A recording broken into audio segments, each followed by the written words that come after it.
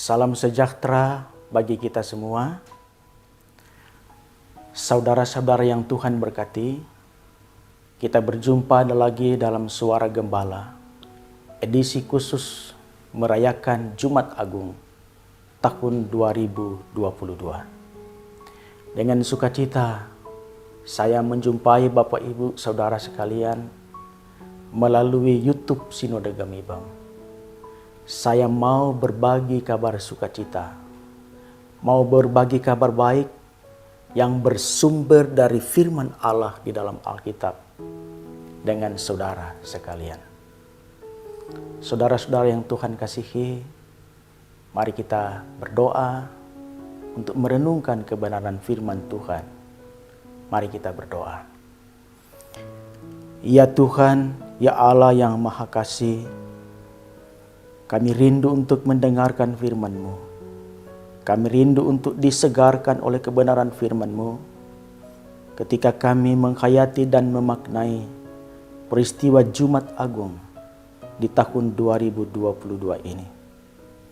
Ya Allah yang Maha Kasih, dengan kuasa Roh-Mu yang kudus, kiranya Engkau menuntun kami supaya firman-Mu memberi semangat baru, sukacita baru, pengharapan dan iman kami semakin diteguhkan. Berfirmanlah Engkau, kami semua sedia untuk menerima kebenaran firman-Mu. Di dalam nama Tuhan Yesus, firman yang hidup, kami berdoa. Amin. Saudara-saudara yang Tuhan kasihi, bacaan Alkitab dalam Yohanes pasal 3 ayat yang ke-16. Karena begitu besar kasih Allah akan dunia ini, sehingga Ia telah mengaruniakan anaknya yang tunggal, supaya setiap orang yang percaya kepadanya tidak binasa, melainkan beroleh hidup yang kekal. Saudaraku yang Tuhan kasihi, kita hidup di era revolusi industri keempat yang dikenal dengan 4.0, 4.0. Di era ini, kita terkagum-kagum dengan berbagai lompatan di bidang teknologi. Kita terpesona dengan berbagai artificial intelligence atau kecerdasan buatan. Internet of Things telah menjadi bagian dari keseharian aktivitas kita. Dan ke depan, kita akan memasuki dunia digital yang akan terus-menerus berkembang secara luar biasa. Kita akan memasuki era metaverse yang membuat dunia virtual seperti menjadi dunia nyata.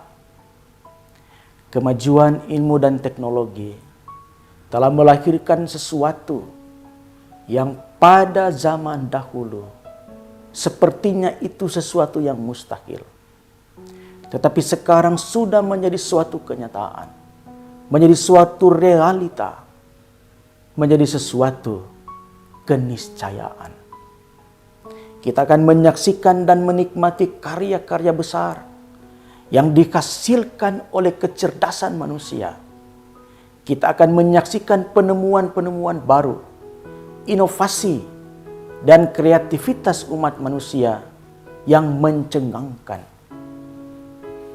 Tentu saudara-saudara, ini harus kita nilai secara positif, kritis, kreatif, realistis di bawah terang firman Allah. Saudara yang Tuhan kasihi, berita sukacita yang terkandung di dalam kitab suci Alkitab, Yohanes pasal 3 ayat 16 yang dibaca tadi, begitu menakjubkan, begitu mengagumkan, dan membuat kita bersukacita dan bersyukur, melebihi apapun karya-karya besar yang dihasilkan oleh manusia. Sebab apapun karya besar manusia tidak dapat menyelamatkannya dan tidak dapat menjamin kehidupan kekal, suatu kehidupan surgawi sesudah kehidupan di dunia ini. Tetapi Allah karena kasih-Nya yang besar telah mengaruniakan anaknya yang tunggal, yaitu Yesus Kristus, supaya setiap orang yang percaya kepadanya tidak binasa, melainkan beroleh hidup yang kekal. Allah menciptakan manusia itu begitu mulia, tetapi karena manusia jatuh dalam pengaruh dosa, manusia kehilangan kemuliaan Allah.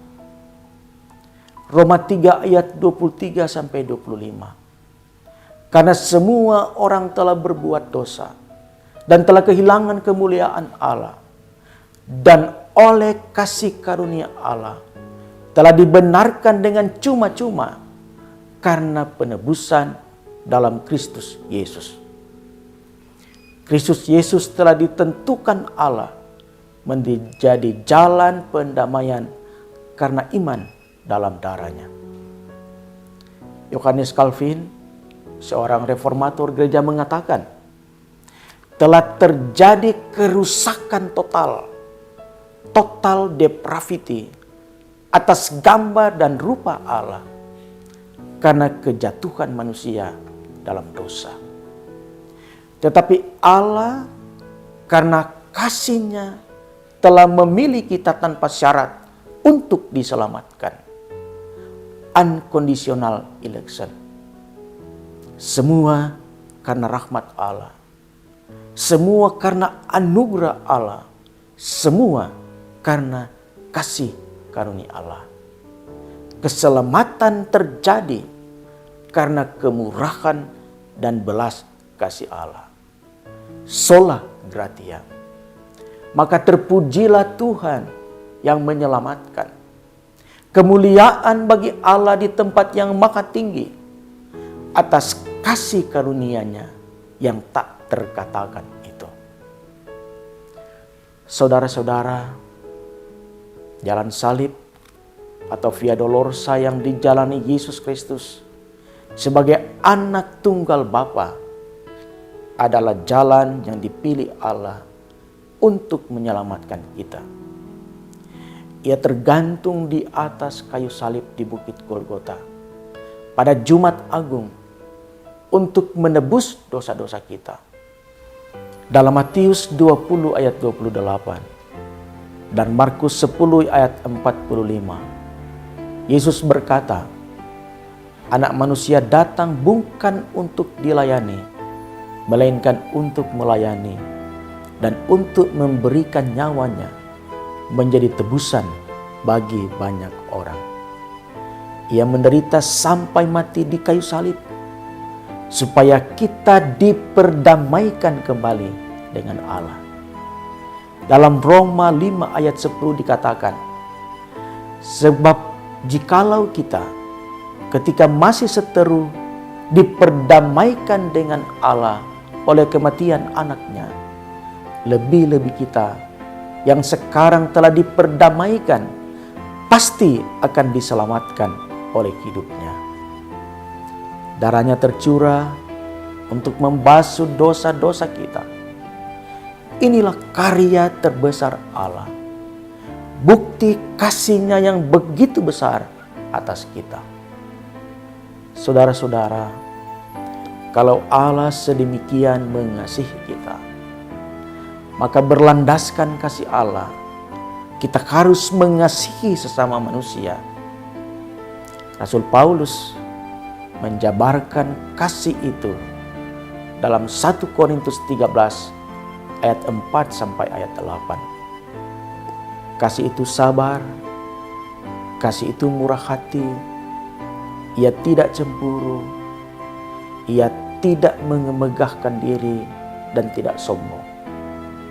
Ia tidak melakukan yang tidak sopan dan tidak mencari keuntungan diri sendiri. Ia tidak pemarah dan tidak menyimpan kesalahan orang lain. Ia tidak bersukacita karena ketidakadilan, tetapi ia bersukacita karena kebenaran. Ia menutupi segala sesuatu, percaya segala sesuatu, mengharapkan segala sesuatu, sabar menanggung segala sesuatu. Kasih tidak berkesudahan, nubuat akan berakhir, bahasa roh akan berhenti, pengetahuan akan lenyap. Kasih tidak akan berkesudahan. Saudaraku, selamat merayakan Jumat Agung. Selamat menghayati karya terbesar Allah. Selamat hidup dalam kasih yang dilandasi oleh kasih Kristus. Tuhan Yesus memberkati kita semua. Amin.